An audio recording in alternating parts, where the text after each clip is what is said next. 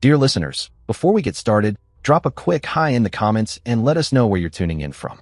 Also, if you have any suggestions for us to make the channel better, please let us know. Now let's start with the story.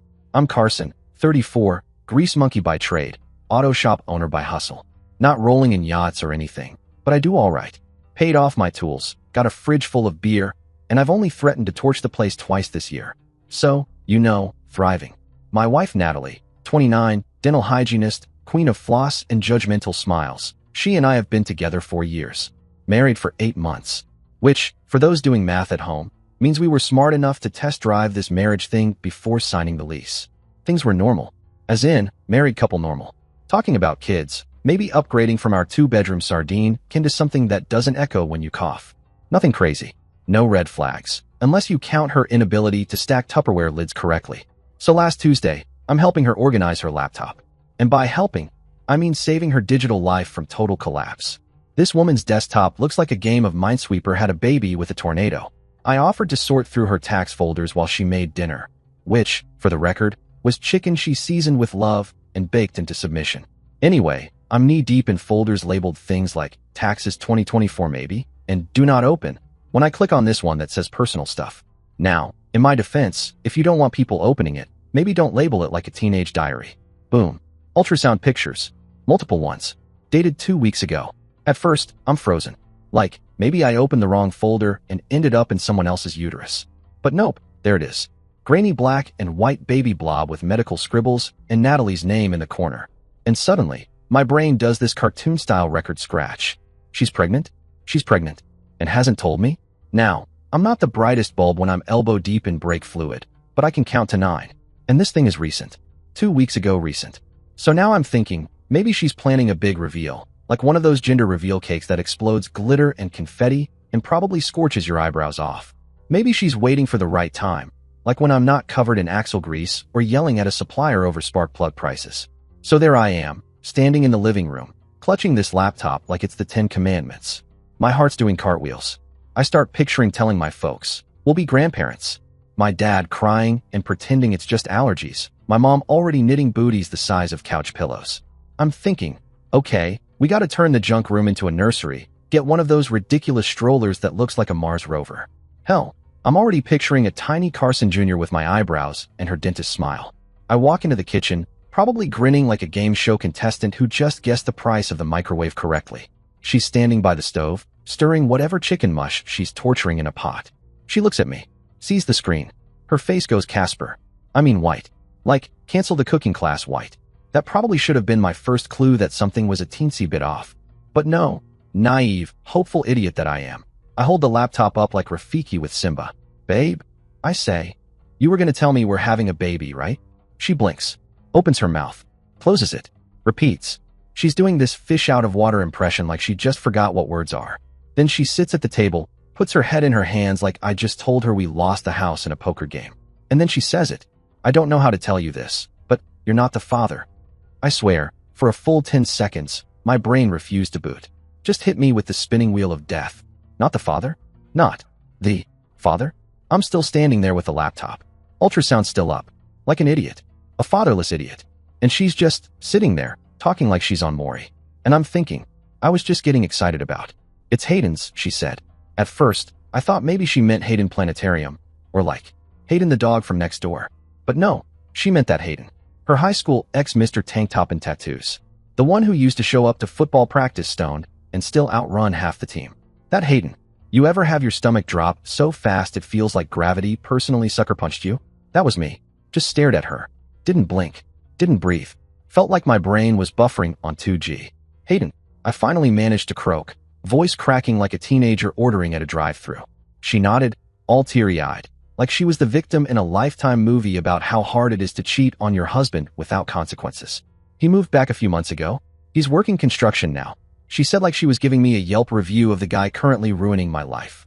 We just started talking again, and one thing led to another. Yeah, right into his tool belt, apparently. So let me get this straight. My wife, my newlywed wife, is pregnant with another man's baby. Not just any guy, but Captain Backhoe himself, her high school sweetheart with a GED and biceps that do all his thinking. And she's been living in my house, sleeping in my bed, eating my lasagna. wearing my damn t-shirts to bed while marinating in Hayden's DNA. Suddenly, everything started clicking. All those little things I brushed off? Yeah, they weren't so little now. The healthy eating? That sudden war she declared on caffeine? The early bedtimes and chronic, "I'm just tired, babe." The weird text alerts at 11 p.m. followed by her flipping her phone over like she was defusing a bomb? Yeah, turns out, she wasn't tired. She was just busy. And the cherry on top? I helped her pick out that new phone plan. "You want unlimited data, babe? Go wild." Yeah, I basically sponsored her affair like it was a Kickstarter campaign. "Here, let me finance your infidelity. Do you need hotspot tethering for when you're cheating at motels with bad Wi-Fi?" I walked out. No jacket, no wallet, no plan. Just got in my truck and drove like I was being chased by my own stupidity. 2 hours of aimless cruising, screaming internally, stopping only once to yell at my steering wheel and scare the crap out of a guy walking his dog. The whole time, I kept thinking, there's got to be an explanation, right? Some twisted, rom-com-worthy misunderstanding? But no plot twist. Just betrayal with a hard hat and a six-pack. The moment I saw those ultrasound pictures, that tiny second of pure, dumb joy, it just looped in my head. I had been happy, already planning the nursery, thinking about announcing it at our next barbecue. Meanwhile, she was out playing Guess Who's the Daddy behind my back. And the kicker? She looked more upset that I found out than about the whole baby daddy circus itself. Like I ruined her big reveal. Like I should have waited for the PowerPoint presentation and gender-themed cupcakes before reacting. "I was going to tell you," she mumbled at one point, like that was supposed to fix anything. "Oh great, you were going to schedule my heartbreak. Thanks for penciling me in between prenatal yoga and betrayal." And Hayden? Don't get me started. The guy was a walking cliche even back in high school. Leather jacket in July, always borrowing other people's girlfriends and never returning them. I remember hearing stories back then. How he'd sweet-talk girls with that fake deep voice, make em feel special, get what he wanted, then vanish like Batman with a court date. Total player. Classic smooth operator. The kind of guy who could charm the pants off a nun and then ghost her before she finished her rosary. Hell, he'd sweet-talk them into bed and then ghost them. But apparently, Natalie thought he'd changed. Because yeah, nothing screams emotional maturity like a guy who ghosted half of junior year and probably thinks prenatal care is a shampoo. Some women really think they've got the magic touch. Like they're Disney princesses sent down to Earth with the divine mission of fixing broken men.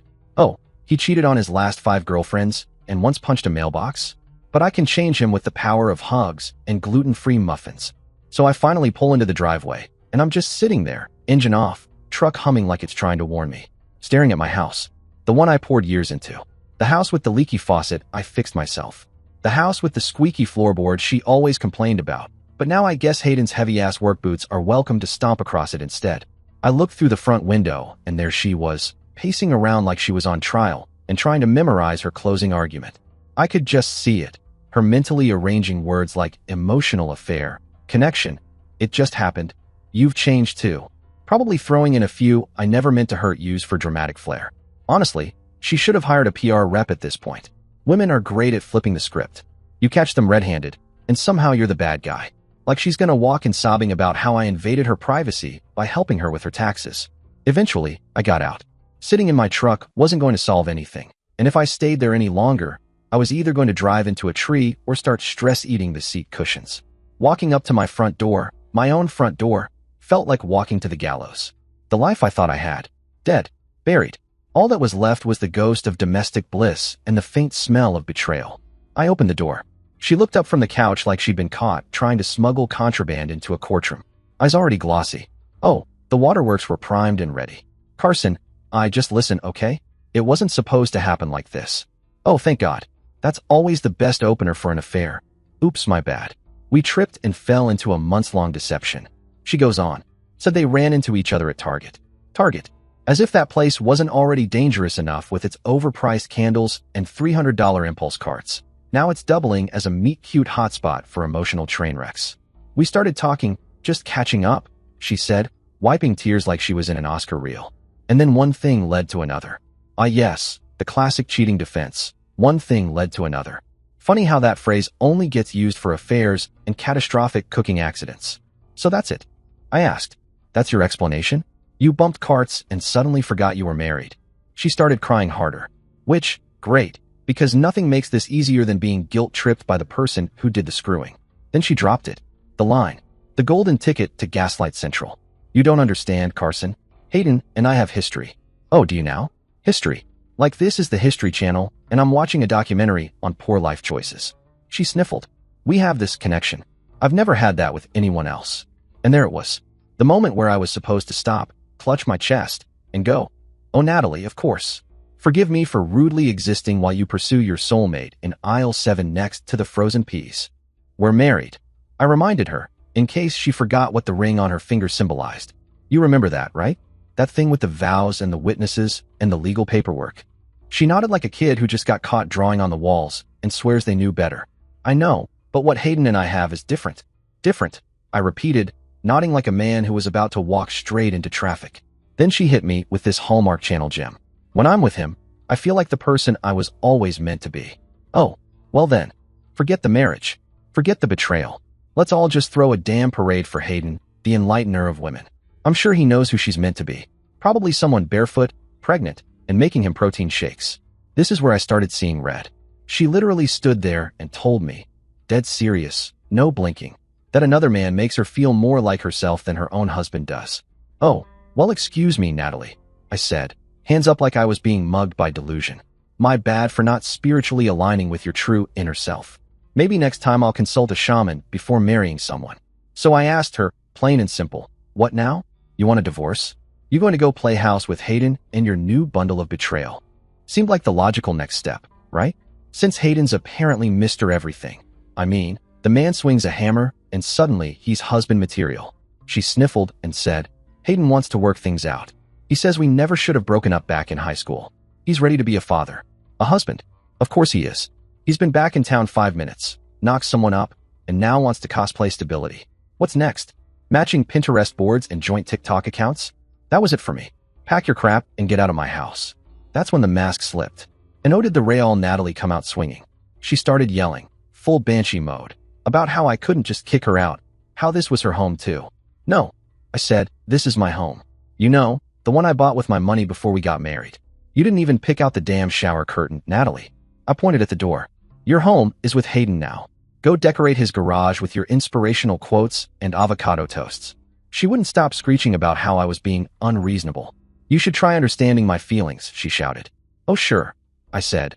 Let me just shove my feelings down in a box so I can make more room for yours. You know, the ones you had while sleeping with another man. This is where it got truly impressive. Even caught red-handed, even standing in front of me with another man's baby kicking her kidneys. She still thought I was the problem. Like I should be sitting there stroking her hair and saying, sure, it's okay. I know cheating is hard work. Then came the dagger. You know what, Carson? She snapped. Maybe this is for the best. Hayden is twice the man you'll ever be. He's passionate. He's exciting. He actually makes me feel wanted. Boom. There it was. The final review. 1 star, not exciting enough. Apparently, our marriage failed because I'm not Hayden, didn't swing enough hammers, didn't wear enough sleeveless shirts, didn't make her feel like a free spirit with a construction fetish. I told her she had 24 hours. You've got until tomorrow to pack your stuff and get out. Take your magical connection and go make a vision board with Hayden. The next morning, she was gone. 2 suitcases and a full attitude. Left early. Probably didn't want to see me again, in case I had more feelings she didn't want to understand. But before she left, she made sure to throw in one last dramatic line like she was exiting a soap opera. You'll regret this, Carson. Hayden's going to give me everything I ever wanted. Sure, Natalie. Like back problems and a half-built patio. And you know what's funny? She packed like she was going on a weekend girls trip. 2 suitcases. For someone who's lived here over a year. Either she's terrible at packing or she really thought this was temporary. Like I was going to stare at the empty closet, hear a sad Celine Dion song, and go sprinting after her barefoot in the rain yelling, come back. I miss being cheated on. But nah, the house felt different immediately. The house was quiet. Not peaceful quiet, like a cabin in the woods or a cozy winter morning, but the eerie, heavy kind of quiet. Like the silence after a car crash when your ears are still ringing. The kind of quiet that makes your coffee taste like regret. I spent that first day just sitting in my own damn living room, on my own damn couch, trying to process how my 8-month marriage had been nuked by nostalgia and Hayden's apparently irresistible biceps. My wife, correction, former wife in spirit if not yet on paper, was gone. Just up and out like a bad roommate who skipped rent. The woman I thought I'd grow old with, raise kids with, maybe finally get matching recliners with. Yeah, she chose to run off with her high school flame. Like this was a reboot of some trashy teen drama, and I was just the underwritten side character. The future I'd been planning? Freaked. Straight up gone. Up in smoke like my hopes, dreams, and that one lasagna I left in the oven too long. And then her words came back to haunt me. Hayden is twice the man you'll ever be. Really? Twice the man? Let's do the math. What kind of man sees a married woman and goes, you know what'd be fun?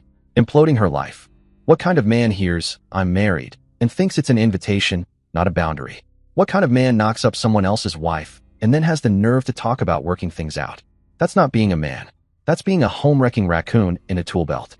Dude walks around stealing what doesn't belong to him like it's a Black Friday sale on integrity. Oh, look, someone else's wife. I'll take that.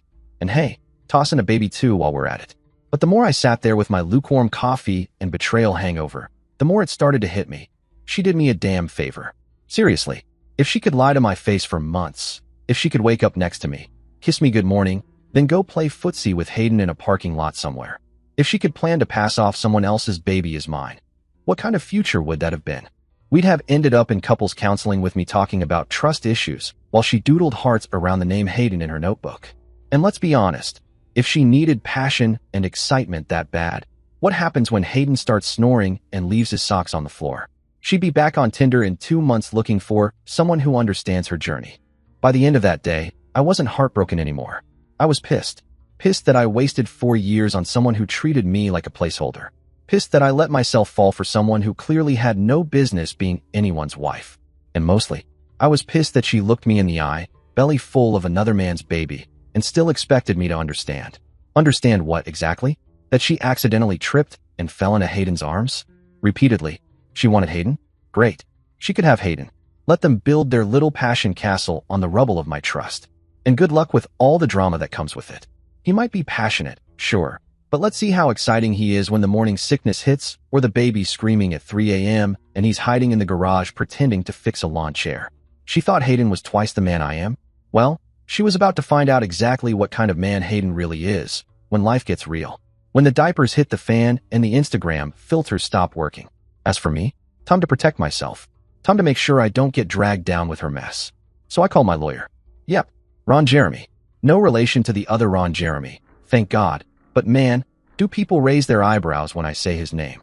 He's helped me with business contracts before, real no BS kind of guy. The man looks like a hitman and a part-time DJ who went to law school. If anyone could handle this disaster, it was Ron. I called him up and said, Ron, I've got a situation. How bad, he asked. Wife cheated, baby ain't mine, she's gone, I need damage control. There was silence for a beat. Then, in his usual gruff, coffee-fueled voice, he said, drop everything. Get to my office. Now, didn't even ask if I was free. Just full-on DEFCON 1. When I walked in, Ron didn't even bother with small talk. No, how have you been? No, how's the shop? Not even a coffee? He pointed at the chair like he was about to deliver a terminal diagnosis and said, Carson, first things first. You need to protect your assets immediately. The house. The business. My bank accounts. Hell, even the coffee machine. I wanted it all locked down tighter than Fort Knox after a bomb threat. Ron wasted no time. Since Natalie cheated, and we had physical, fetal evidence of that fact, he said we could file for a fault-based divorce. Turns out, being knocked up by someone else mid-marriage is frowned upon in the court system. Lucky me. That's the good news, Ron said, adjusting his tie like he was about to close a mob deal. It means she can't just walk off with half your stuff because she's bored and biologically generous. Finally, some justice. I brought up the car situation too. Natalie had been driving my Honda for over a year. My name on the loan. My wallet footing the insurance. She didn't even so much as pick the color. I said, can I get it back or what? Ron, ever the man of elegant legal solutions, leaned forward and said, if she doesn't return it voluntarily, report it stolen. I blinked. Stolen? Like actual Grand Theft Auto. It's your name, your car, your payments. If she took it and she's not living with you anymore. Yep. Stolen. Man, I'd never thought I'd be in a situation where my lawyer encouraged me to call the cops on my wife. But here we are. If she wants to play happy family with Hayden, they can go Uber their way through life together. We spent the next 2 hours combing through everything I owned. And I mean everything. Furniture, accounts, tools, stocks, the damn shop fridge. If I'd bought a potholder before she moved in, Ron wanted it documented. Since you were only married 8 months and she was cheating for at least 4, he said, she's not entitled to much. She basically rented you. The house. Mine pre-marriage. The business? Mine since forever. The furniture? Mostly mine, except the throw pillows, which I never wanted in the first place. Turns out, keeping receipts and records wasn't just good bookkeeping, it was legal gold. I always thought my folder labeled important crap was a joke. Nope. Turns out it was a divorce-proof vest. Then Ron brought up the prenup conversation. I groaned. Yeah, we never did one. I trusted her. Ron gave me that look, the one where someone pities you and judges you at the same time. That's what every guy says, he muttered, right before his wife screws him over. Awesome. Just what I needed, legal advice with a side of, I told you so. Lesson learned for next time. Assuming there ever is a next time. Right now, I'd rather marry a toaster. He told me to go home and change everything. Passwords, pins, account logins, Netflix, even the garage door code. Guys always hesitate with this part, he said, because they feel bad. I laughed. Oh, I'm past feeling bad, Ron. I'm ready to scrub her name off my tax returns with bleach. Ron nodded like a proud father. She didn't feel bad when she was cheating, he said. So why should you feel bad about protecting yourself? Exactly. So I went home, rolled up my sleeves, and got to work. Passwords? Changed. Bank accounts? Secured. Credit cards? Canceled. It was honestly kind of therapeutic, like a breakup montage in a revenge movie. Each time I hit update password, it felt like a middle finger made of numbers and special characters. Removed her from my auto insurance too. She'd been under my policy since she moved in, like some clingy bonus feature. Not anymore. Now she can figure that out with Hayden, Mr. Responsible Adult. Let him deal with the DMV and rate quotes. If he's really twice the man I am, he should be able to handle an insurance form without crying. That evening, my phone lit up like a Christmas tree powered by rage. First it was Natalie. Why did you change all the passwords? She texted. Because you don't live here anymore, I replied. Simple math. Then she hit me with, the insurance company says I'm not covered anymore. I told her, that's between you and Hayden now. He's such a great provider, right? Let him provide you with collision coverage. Then her best friend started texting me, Leanna. Now, Leanna works at the same dental office as Natalie. I always thought she was hot, but in that drives a BMW and smells like too much vanilla body spray kind of way. Dates a new guy every time the moon changes. Serial dater with a PhD in vague book posts. She was always in Natalie's ear, too. The kind of woman who thinks every relationship problem has one solution. The man just tries harder. So Leanna, the backup singer in Natalie's soap opera, decides to throw her opinion into the mix. She texts me out of nowhere, just full of righteous fury. What the hell is wrong with you? Natalie is pregnant, and you're abandoning her. Oh great. Here we go. Apparently, I'm the villain in the tragic love story of Natalie and Hayden, the reboot. I texted her back calmly. Well, as calmly as you can when your blood pressure is high enough to power a generator. She's pregnant with another man's baby, Leanna. She left me for him. I'm not abandoning anyone. I'm just not financing her new life with her boyfriend. Pretty straightforward. Facts only. But nope. Here comes the Leanna logic train barreling down the track. She made a mistake, Carson. But she's still your wife. You're being a total jerk. Ah yes, the classic mistake defense. Like she forgot to pick up milk. Not like she rode shotgun on Hayden's Mattress Express and got herself a souvenir ultrasound. This is exactly what people mean when they say some folks treat cheating like a minor inconvenience. Like adultery is just a romantic sneeze you accidentally have on someone else's chest. No thanks. Blocked. She wants to support Natalie? Great. She can start by opening her wallet and putting Hayden's truck on her insurance. I'm done taking lectures from someone whose longest relationship is probably with her hair straightener. But oh, the real entertainment came 3 days later. I'm in the middle of work at the shop, up to my elbows in brake fluid and common sense, when guess who walks in? Natalie, in full distressed damsel mode. Carson, can we talk? Privately, she says, all soft-spoken like she's auditioning for forgiveness. I wipe my hands, already bracing for the nonsense, and we step into the office. The Honda won't start, she says. Hayden thinks it's the transmission. Could you take a look at it? I stared at her. She really stood in my place of business, after cheating on me, asking for free labor on the car she took when she left me for another guy. The audacity wasn't even shocking anymore. It was almost impressive. Like, if shamelessness were an Olympic sport, she'd be on the podium waving a little flag with Hayden's face on it. No, I said it plainly. The kind of no that doesn't leave room for interpretation or follow-up. She blinked. What do you mean, no? You're a mechanic. Oh ho ho. That's rich. And you're a dental hygienist, I shot back. But I'm not asking you to clean my teeth for free, am I? She stared, like the logic short-circuited her brain. I'm a business owner, Natalie. You're not a customer. Go ask Hayden. If he's so amazing, I'm sure he knows how to Google why my transmission is making that awful noise. She sighed. His truck's broken too. We can't afford to fix both right now. Oh, well then. So, Mr. Twice the Man can't even keep his own truck running? I almost offered him a punch card. Fix 3 cars, get a free reality check. That sounds like a Hayden problem, I said. Not my circus, not my monkeys anymore. She started crying, again, like we were rerunning the same dramatic episode on a loop. I get that you're mad, she sniffled, but I still need help sometimes. We were together for years. There it was. Cue the history appeal. Like the time we spent together was a loyalty card she could cash in after torching the building. Yeah, and you threw those 4 years away, I told her. You didn't trip and fall into Hayden's bed, Natalie. You climbed in with both eyes open. So now you need help? Go ask your magical connection. If he can't handle basic car repairs or life responsibilities, maybe you picked the wrong guy to blow up your marriage for. She didn't say anything after that. She just turned around, face all crumpled up, shoulders slumped, and walked out of my shop. She left without saying anything else. My employees have seen me deal with difficult customers before. People trying to talk me down on a brake job, someone angry their check engine light didn't magically disappear because they prayed over the hood, but none of them had ever seen a cheating ex-wife show up begging for free car repairs. That was new. And in a small town like ours, news travels faster than a rumor in a high school hallway. By the end of the week, everybody and their grandma knew the full soap opera.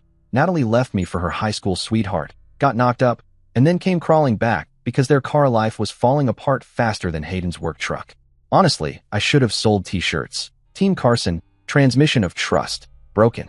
Most folks were supportive, saying I was better off. Some of them said it with that awkward tone like they were expecting me to be a sobbing mess binge-watching sad movies and writing poetry in the garage. A few even gave me the "Are you okay?" look, like I was one casserole away from losing it. I was fine. I was better than fine. I was upgraded. My parents found out that Friday night. Dad called me after hearing it from someone at the bowling alley. That's how you know it's real in our town. News reaches the bowling alley, and it's basically gospel. Never trusted her, my dad grumbled right off the bat. Too high maintenance. Like she thought she was marrying up by slumming it with us. Thanks, Dad. Real Hallmark energy. Mom was more emotional. She kept asking if I needed anything, offering to bring me meatloaf like I was on a hunger strike over heartbreak. You sure you're eating enough, sweetie? She asked. Yeah, Mom. I haven't been this hungry since I stopped paying for someone else's almond milk addiction. Then my brother Elliot called. Now he was the MVP of the family support squad. Good riddance, he said the second I picked up. Hayden did you a favor. Took your problem off your hands. He always had a way with words. Subtle as a crowbar. He even offered to go have a chat with Hayden, which, knowing Elliot, meant showing up uninvited with beer and bad intentions. Nah, I told him. Let Hayden enjoy the rewards of his choices without our help. He signed up for this disaster. He can read the terms and conditions on his own. And the truth? I felt lighter than I had in months. No more wondering why she was always too tired or at yoga when her phone location said not yoga. No more opening my banking app and discovering $60 missing from mystery skincare subscriptions. No more pretending like everything was okay when it was as stable as a Jenga tower in an earthquake. My house felt like mine again. I could walk around in boxers and not feel judged for breathing too loud. My money? Mine again. No more, can I borrow your card real quick? Moments that somehow led to buying throw pillows that matched absolutely nothing. My life. Oh yeah, that felt like mine again, too. She wanted Hayden so bad. Said he made her feel like the person she was meant to be. Well, now she gets to live that dream. With his busted truck, his empty wallet, and that special brand of emotional availability you only find in guys who think an oil change fixes a relationship. She thought the grass was greener? Well, have fun mowing Hayden's yard, when you can afford gas for the mower. 2 months after she left, I was at the grocery store grabbing some stuff for dinner. Steak, beer, freedom. And guess who I run into? Leanna. She's got some guy with her I don't recognize. Probably flavor of the month. And she's doing that awkward thing where she's clearly trying to avoid eye contact, but also failing miserably at it. I saw her first, but I let her squirm. She finally looks over and goes, "Hey." Real warm reunion, full of charm and dead-eyed awkwardness. "Hey," I said back. She hesitated, like she wasn't sure whether to keep walking or stage a fake phone call. But she powered through. "So, how have you been?" she asked, voice all casual, like she hadn't sent me judgmental texts defending a cheater. "Great," I said, smiling like a man whose ex can't afford coolant. She tried to be subtle. "Natalie asks about you sometimes." "Oh, does she now?" "Cool," I said. "And I ask my garbage can about her every Tuesday when I take it to the curb." Okay, I didn't say that out loud, but I thought it. Strongly. Instead, I kept it civil. "Tell her I'm doing great. Business is good. Life is good. So, after dropping my very humble business is good, life is good line, I decided to return the favor and asked Leanna how married life was treating Natalie. Just being polite, you know? Pure Southern hospitality with a hint of gasoline and matches. Leanna shifted on her feet like she had a pebble in her shoe, or maybe just a conscience trying to reboot. They're adjusting, she said. Translation, disaster on aisle 5. Apparently, Hayden's having a hard time finding steady work. Construction jobs are a little slow right now, which we all know is code for he shows up late, forgets his tools, and gets fired before his coffee cools. Oh, I said, real concerned. That's surprising. I thought soulmates came with job security. She didn't laugh, probably because she knew I wasn't joking. Then she added that Natalie had to cut back her hours because of morning sickness, and now things are tight. Ah, the blessed glow of true love and eviction notices. So let me get this straight. Hayden can't hold a job, Natalie's too nauseous to work full-time, and they're living in a shoebox apartment with plumbing from the Nixon administration. Yeah, paradise, baby. I nodded like I gave a damn. Well, I said, I'm sure they'll figure it out. I mean, they're soulmates, right? That's what all those Facebook posts were about. True love conquers all, even unemployment and prenatal vomiting, apparently. Leanna gave me a tight-lipped smile like she just swallowed a lemon and muttered something about take care before speed-walking to the checkout line like I had the plague and a podcast. She looked embarrassed, like she knew how ridiculous the whole thing sounded next to my now stress-free, transmission problem-free existence. I was practically radiating stability. Meanwhile, her friend was stuck in a rerun of Teen Mom, Discount Edition. That night, I got a text from a number I didn't recognize. Hey, I know you probably don't want to hear from me, but I just wanted you to know Hayden and I are doing really well. We're planning to get married after the baby comes. I hope you can be happy for us. Natalie, bless her heart.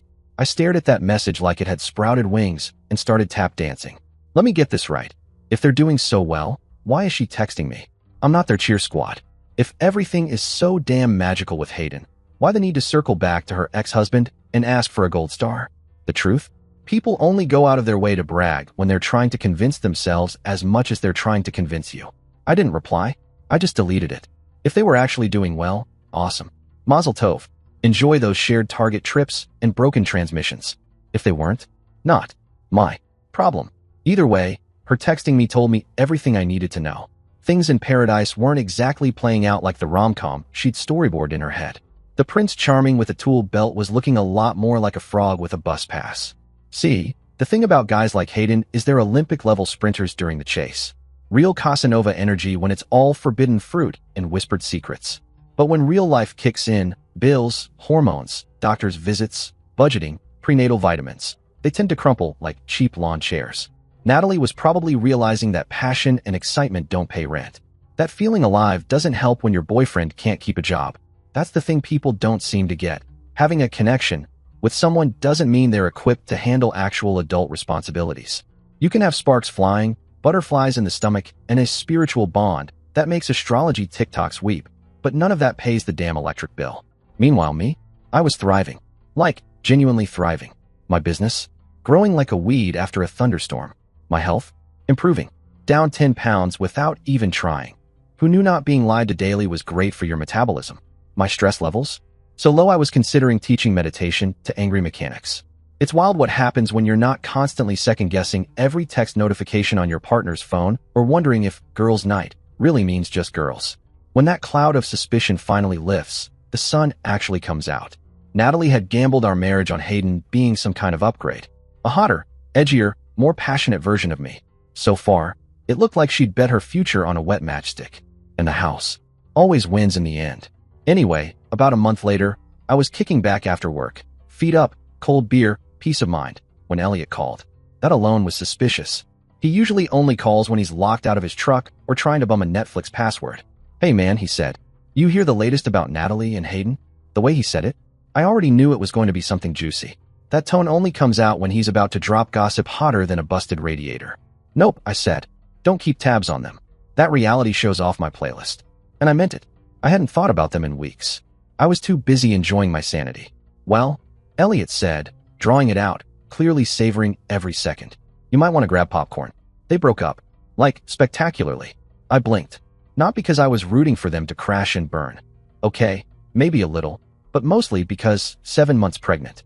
That's not exactly when most guys pull a Houdini. Wait, I said. He left her? Now. Yup, Elliot replied. And you're gonna love why. I leaned back in my chair, already grinning. Hit me. Turns out, Mr. Soulmate, Mr. Passionate Provider, was cheating on Natalie. With, wait for it, Leanna. I nearly choked on my beer. Leanna. As in, Natalie's bestie. The same woman who called me a jerk and said I was abandoning Natalie. Turns out, while she was handing out moral high ground lectures, she was also handing out her phone number to Hayden. Elliot was practically wheezing from laughing by the time he told me how he found out. He'd been doing electrical work at the dental office where they both work and overheard Leanna crying on the phone, having a full-blown meltdown about how everything went to hell. So, you're telling me Hayden's been sneaking into the dental office to visit Natalie, but really he was scoping out Leanna? I asked. Exactly, Elliot said. Lunch break love triangle. Started flirting, then about 6 weeks ago they started hooking up. Classic Hayden move. Unbelievable. But also, completely believable. This dude is like the human embodiment of a gas station rose. Looks romantic from a distance, but you'll end up with a rash. According to Elliot, Hayden had been feeding Leanna the usual garbage, telling her Natalie was so emotional lately, that she was just hard to be around. Real shocker there. Imagine a pregnant woman being emotional. What a groundbreaking discovery. I mean, yeah, Hayden, you knock someone up and then act surprised when they cry at TV commercials and throw up after brushing their teeth. That's not a plot twist, genius. That's called biology. Pregnancy hormones? Wow, what a surprise that nobody could have seen coming. Life is good. Ah yes, poor Hayden, now suddenly facing consequences for getting someone pregnant. Tragic really. I'm sure next he'll discover that babies don't come with a return policy and diaper changes aren't romantic. Leanna, bless her brain cell, apparently fell for it hard. Thought she was rescuing Hayden from his crazy pregnant girlfriend. Like she was some kind of knight in knockoff heels, saving him from stretch marks and prenatal vitamins. She probably thought she was doing him a favor by offering something Natalie couldn't, like betrayal and low self-esteem. Elliot said the whole thing blew up last week when Natalie came home early from a doctor's appointment. Wait, I said, don't tell me she caught them? Oh yeah, Elliot laughed. Walked in on the full show. In her bed, no less. Let me clarify for dramatic effect. The same bed Natalie had been sleeping in for months with Hayden's unborn kid growing inside her. The level of disrespect? Honestly, chef's kiss. Most people cheat in secret. Hayden cheats with a spotlight and fog machines. So of course I had to ask what happened after that, because you know that was a scene worthy of a Lifetime movie and some popcorn. Well, Elliot said, Hayden kicked her out. Same day. Said the baby probably isn't his anyway. He kicked her out? While she's pregnant? Yup. Real stand-up guy. Even questioned the paternity. So let me get this straight. In 3 months, Hayden went from, I'm ready to be a father and husband, to get out, that baby's probably not mine. Stunning character development. Just not in a good direction. And now, Natalie's back at her mom's house. Sleeping on a couch, because there's no spare bedroom. From a 3-bedroom house with her husband, to a couch in her childhood living room while 7 months pregnant. Talk about a glow down. So I asked the natural follow-up.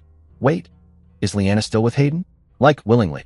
Elliot goes, oh yeah, she moved in with him right after Natalie got kicked out. Let me just say this, stealing your pregnant best friend's boyfriend is already gold medal level trash behavior. But staying with that man after he proves he's the kind of guy who kicks a pregnant woman out of his bed and life in the same day? That's a whole new tier of delusion. Leanna's probably thinking she won the prize. She just hasn't realized yet it's a prize from the clearance bin. Hayden's the type who gets bored as soon as real life kicks in. Bills, pregnancy, commitment? Nah. He's into the thrill, not the maintenance.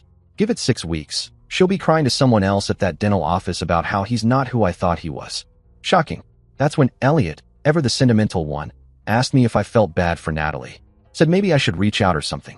You know, like I'm the ex-husband version of Mother Teresa. I said, let me explain something. Natalie didn't trip and fall into Hayden's bed. She chose it. She chose Hayden over me. Told me, with her whole chest, that he was twice the man I'd ever be. She told me being with him made her feel alive in ways I never could. And now, she's pregnant. Alone. On her mom's couch. Those were all choices she made. Life is good. Now Leanna? She made her own bed. And then apparently let Hayden roll around in it. She decided that sleeping with her pregnant best friend's boyfriend was somehow a solid life choice. Bold strategy, Cotton. Let's see how that plays out. These are choices people made. Not accidents. Not hoopsies. Choices. And just because those choices didn't land them in the fairy tale they imagined doesn't mean I'm the guy with the mop. I'm not the cleanup crew for dumpster fire decisions. Everyone got exactly what they wanted, just not wrapped in the pretty little bow they pictured. Natalie, She wanted passion and excitement over boring old loyalty and stability. Cool. She got it. Now she's 7 months deep into her passion pregnancy and crashing on her mom's couch. Hayden? He just wanted to screw around with zero consequences. And now he's got a wake-up call that smells like diaper rash and court dates. Leanna? She wanted to snatch her best friend's man. Congrats, babe. You got a jobless walking red flag and probably an STD. Hope the trade-in value was worth it. And here's the best part. The absolute cherry on top of this messy Sunday. Leanna probably thought she was upgrading. Like, look at me, I bagged Hayden. Queen behavior. No, girl. You just inherited a guy who cheats on pregnant women, lies for sport, and couldn't hold down a job if it was glued to his hands. So, yeah, sometimes karma just does its thing, and you don't even have to lift a finger. You just stand back, sip your coffee, and let people implode under the weight of their own bad decisions. And if you're lucky, your brother gives you a play-by-play while he's doing electrical work nearby. Then, because the universe apparently wasn't done yet, 2 days later I was closing up the shop when I saw someone waddling across the parking lot. And would you look at that? It was Natalie, 7 months pregnant and clearly feeling it. She looked tired. Not like long day at work tired. More like life has been uppercutting me since July tired. Hair in a ponytail that gave up halfway through. Sweatpants that were hanging on to their last thread of dignity. This was not the same woman who left me talking about how Hayden was going to give her everything she ever wanted. Guess what? He did. She got everything she wanted. Just in the most miserable form possible. She thanked me, for not driving off when I saw her walking up. As if I was going to peel out of my own parking lot like a Scooby-Doo villain. I reminded her, you do realize this is my shop, right? Where exactly am I supposed to drive off to? The oil drum in the corner. She tried to laugh. It came out like a dying Roomba. So, I said, what do you want, Natalie? No point dancing around it. Let's skip the pleasantries and jump right into the awkward. She sighed and looked at the pavement like it was going to give her a cue card. Then she said it. I know you probably heard about Hayden and Leanna. Small town. The gossip grapevine moves faster than a squirrel on espresso. Of course I heard. Yeah, I heard, I said. Calm. Flat. No extra details. I wanted to see what version of the story she was going to tell. She paused again, like she was waiting for sympathy to materialize out of the air. Then she finally looked up and said it. I was so wrong about everything. Life is good. Hayden turned out to be exactly what I probably knew he was all along. A selfish, flannel-wearing, job-hopping jackass who bails the second life, throws anything more complicated than a flat tire at him. No kidding, Natalie. Everyone except you saw that freight train coming from a mile away, horn blaring and smoke billowing. But hey, love is blind, right? Apparently also deaf, dumb, and legally blind in one eye. So there she was, standing in front of my shop, looking like she just crawled out of a Lifetime movie with bad lighting and worse decisions, trying to piece together whatever dignity she had left. I didn't say anything, just stood there, arms crossed, waiting for her to get to the point. Because I knew this wasn't a social drop-in to reminisce about the good old days of betrayal and transmission trouble. This was the preamble to a big, uncomfortable request. She finally said it, told me she knows she hurt me, said horrible things she can't take back. Shocker. But the crescendo? She's about to have a baby and has nowhere to go. Cue the tiny violins. Turns out even her mom is over the drama. She said the couch at her mom's place is temporary, and I quote, because her mom is already talking about her finding somewhere else to stay. Translation: even the woman who brought her into this world doesn't want to host the soap opera spin-off version of Natalie's life. So I asked, what about Leanna? Weren't you two joined at the hip? Best friends forever? Thick and thin, Monty Python and secrets. She sighed. Leanna chose Hayden over our friendship. Wow, what a twist. Shakespeare couldn't have written a mess this poetic. So now Leanna, the woman who once called me heartless, is shacked up with the same deadbeat who won't even chip in for diapers, and made it crystal clear he wants nothing to do with his own kid. Smart move, I said. Really top-tier life strategy. Trading in your pregnant best friend for a human paperweight with a stubble problem. Bravo. And I meant it.